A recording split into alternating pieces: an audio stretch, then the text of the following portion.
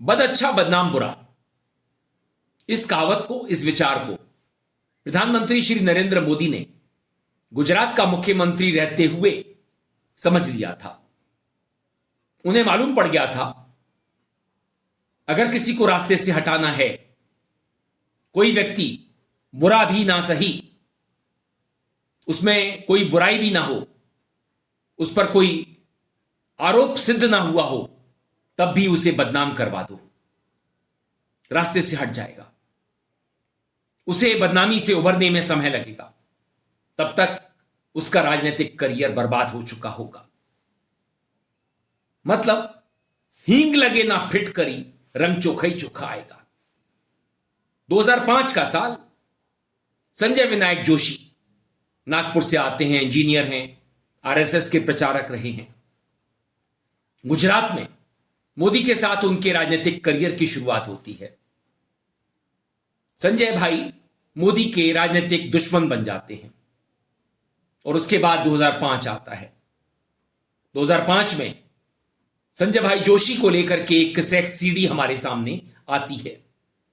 संजय भाई जोशी बदनाम हो जाते हैं, उन्हें बदनामी से उभरने में समय लग जाता है, मगर उनका राजनीतिक करियर तो बर्बाद हो चुका होता है। मोदी बढ़त हासिल कर लेते हैं। 2014 का साल, गुजरात के मुख्यमंत्री नरेंद्र मोदी देश के प्रधानमंत्री बनते हैं। उनके सामने बहुत सारे राजनीतिक प्रतिद्वंदी थे, मगर सबसे बड़ा दल कांग्रेस, नेहरू गांधी की लीगेसी गांधी परिवार और राहुल गांधी रागा।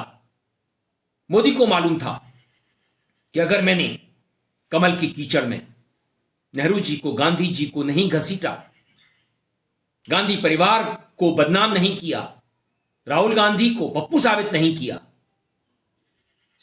मेरा राजनीतिक करियर चल नहीं पाएगा, मेरी राजनीति 1 इंच भी आगे नहीं बढ़ पाएगी। फिर क्या था, मोदी देश के प्रधानमंत्री बनते हैं, जांच एजेंसियों को हाथ में ले लेते हैं, ये सक्रिय हो जाती हैं। मोदी का पूरा तंत्र राहुल गांधी को बदनाम करने में लग जाता है। बात बात पर कांग्रेस को घसीटा जाता है, नेहरू जी को, गांधी जी को अपनी कीचड़ में मेला किया जाता है, कमल की कीचड़ में। मगर किसी के चाहने से कुछ नहीं होता। मोदी काम करने नहीं आए थे, देश की सेवा करने नहीं आए थे। वो तो आत्म केंद्रित व्यक्ति थे, आत्ममुग्ध व्यक्ति थे, जो खुद पर ही मर मिटता है, बार बार कपड़े बदलता है, चश्मा बदलता है, घड़ी बदलता है, विदेश यात्राएं करता है और अपने मित्रों की सेवा करता है। कहता तो यही है कि मैं देश की सेवा कर रहा हूं, मैं प्रधान सेवक हूं, मैं चौकीदार हूं। मगर उसके चौकीदार रहते, प्रधान सेवक रहते, देश बिकता चला जाता है। उसके जो मित्र होते हैं वो राष्ट्र मित्र के रूप में हमारे सामने आते हैं। नाम आप जानते हैं, जिनको कौड़ियों के भाव में देश की संपत्ति सौंपी जा रही है, सौंपी जा चुकी है। उनकी मोनोपोली और डियोपोली चल रही है कई क्षेत्रों में। हम उसकी कीमत चुका रहे हैं। मगर दोस्तों, किसी के चाहने से कुछ नहीं होता और बहुत लंबे समय तक तो कतई नहीं होता। मोदी की जांच एजेंसियां भले ही विपक्ष के कई नेताओं को जेल में डाल चुकी हों झूठे आरोपों के चलते, मगर बाद में ये आरोप सिद्ध नहीं हुए, सभी को जमानत मिली। हां, कई एक्टिविस्ट, जिनमें मुस्लिम युवा भी हैं, 5 साल से अधिक समय हो गया जेल में हैं, जमानत नहीं मिलती। जबकि जमानत नियम है, जेल अपवाद। मगर यह मोदी राज है, मोदी की सरकार है। चुनाव आयोग हो, न्याय हो, सब उनकी मर्जी से चलता है। और जांच एजेंसियां तो अति कर रही हैं। कन्विक्शन रेट आपको पता होगा क्या है, 2% भी नहीं है। मगर किसी को भी फंसा दिया जाता है, किसी को भी जेल में डाल दिया जाता है। ऐसा व्यक्ति समाज में बदनाम होने लगता है, क्योंकि भोली भाली जनता अगर कोई व्यक्ति जेल जाता है उसे अपराधी समझ लेती है, भले ही बाद में वो निर्दोष साबित हो। तो मोदी सरकार की मोडस ऑपरेंडी रही है, अगर कोई उनकी आंखों की किरकिरी बन रहा है तो उसे जेल में डाल दो, जांच एजेंसियों का इस्तेमाल करो, जमानत मत होने दो, लंबी पूछताछ करो, 50 घंटे लंबी, 55 घंटे लंबी, 12 घंटे लंबी। ऐसी पूछताछ नेशनल हेराल्ड मामले में राहुल गांधी की हुई, सोनिया गांधी जी की हुई। नोट किया है कि सीबीआई, ईडी मुझे छोड़कर 55 घंटे मुझसे मतलब इंटरोगेशन किया। मैं 2-3 साल बाद आपको बताऊंगा उस डिस्कशन में क्या हुआ।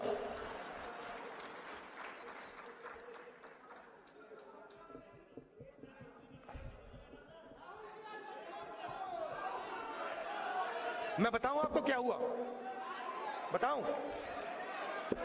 मैंने ईडी के अफसर से बोला, ईडी के अफसर मुझे इंटरोगेट कर रहे थे और मैंने उनसे बोला कि देखिए, आप सोच रहे हो कि आपने मुझे यहां बुलाया है, मगर आप गलतफहमी में हो। आपने मुझे यहां नहीं बुलाया, मैं यहां आया हूं।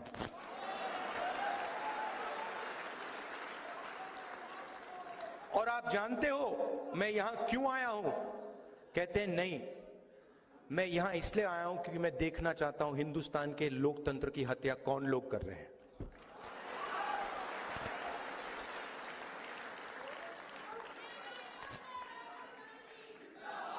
मतलब आप क्या समझे हो?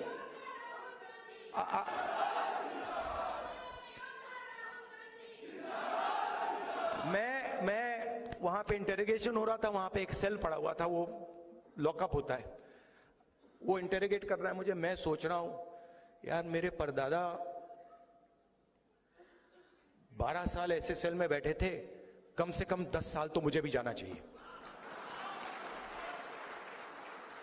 आप मुझे कोई भी सेल दे दो, कोई फर्क नहीं पड़ता। तो मेरा कहना है कि हिंदुस्तान की जनता के सामने हिंदुस्तान की रियलिटी डालनी है। और मैं बिलीव करता हूं, चाहे वो किसी भी जात का व्यक्ति हो, अगर हमने रियलिटी सामने रख दी ऐसे, हिंदुस्तान की राजनीति बिल्कुल बदल जाएगी।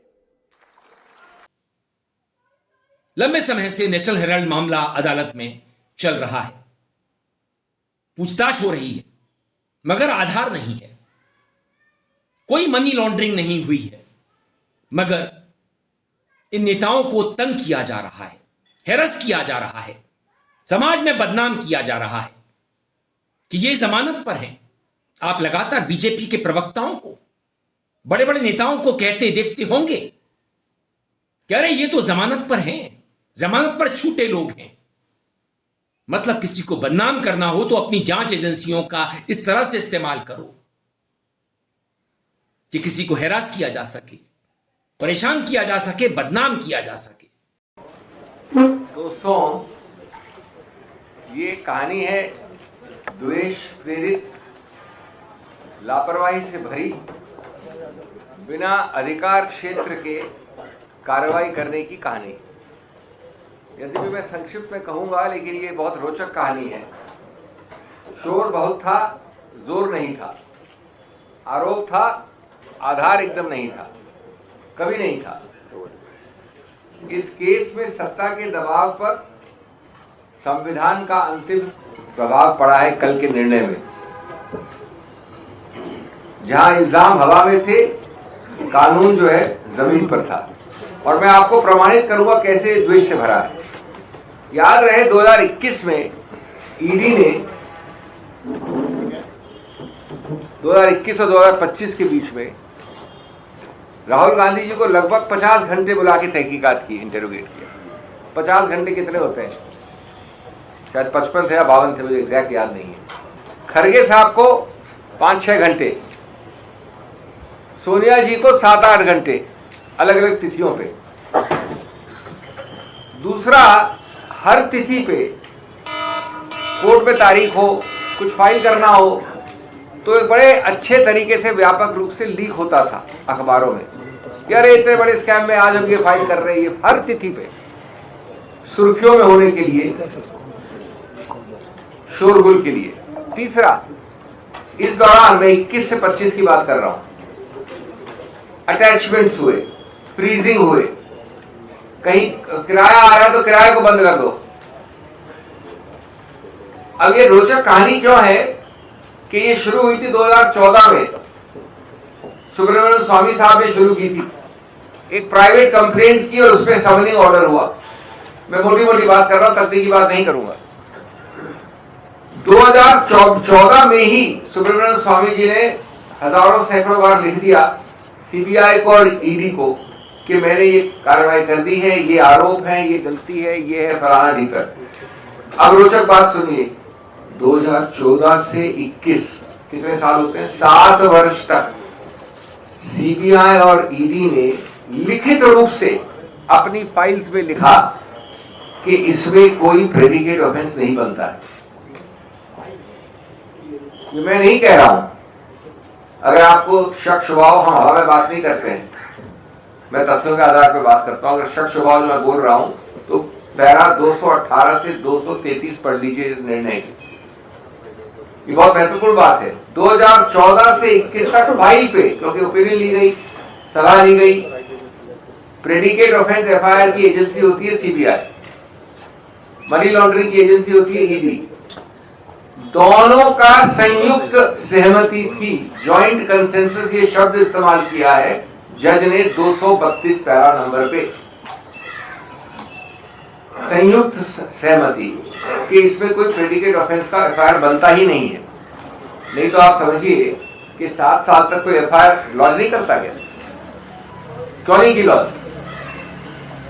उसके बाद अचानक 30 जून 2021 को एफआईआर लॉन्च होती है। ये ऑफेंस हुआ है 2014 से सुब्रमण्यम स्वामी के अनुसार,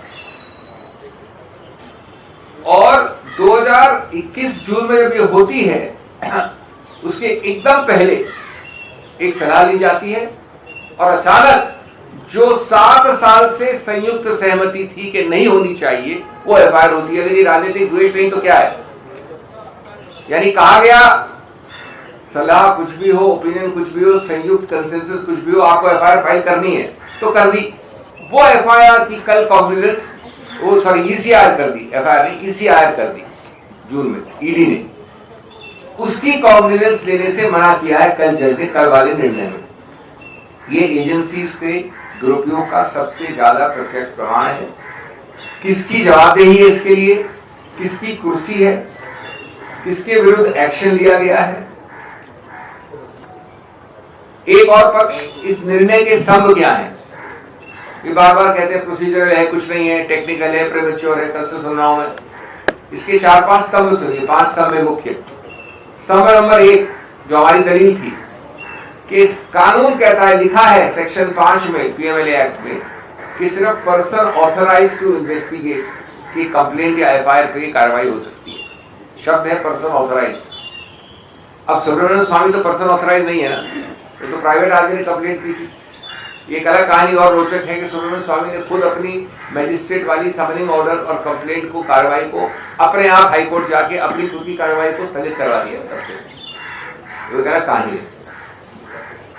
तो इसके आधार पर जज ने कहा कि आपने अनुच्छेद 5 के कंडीशंस को सेटिस्फाई नहीं किया।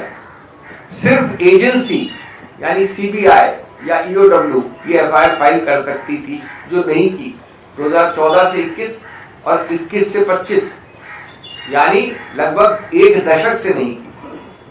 फिर कहा है कि नींव, हर चीज की नींव, पीएमएलए की नींव, पीएमएलए बना था एक एफएटीएफ फाइनेंशियल टास्क फोर्स के अंतर्गत। उससे लिखा हुआ है कि इसकी नींव होनी चाहिए एक एफआईआर, एक प्रेडिकेट ऑफेंस जिसको कहते हैं वकील, टेक्निकल टर्म में प्रेडिकेट ऑफेंस।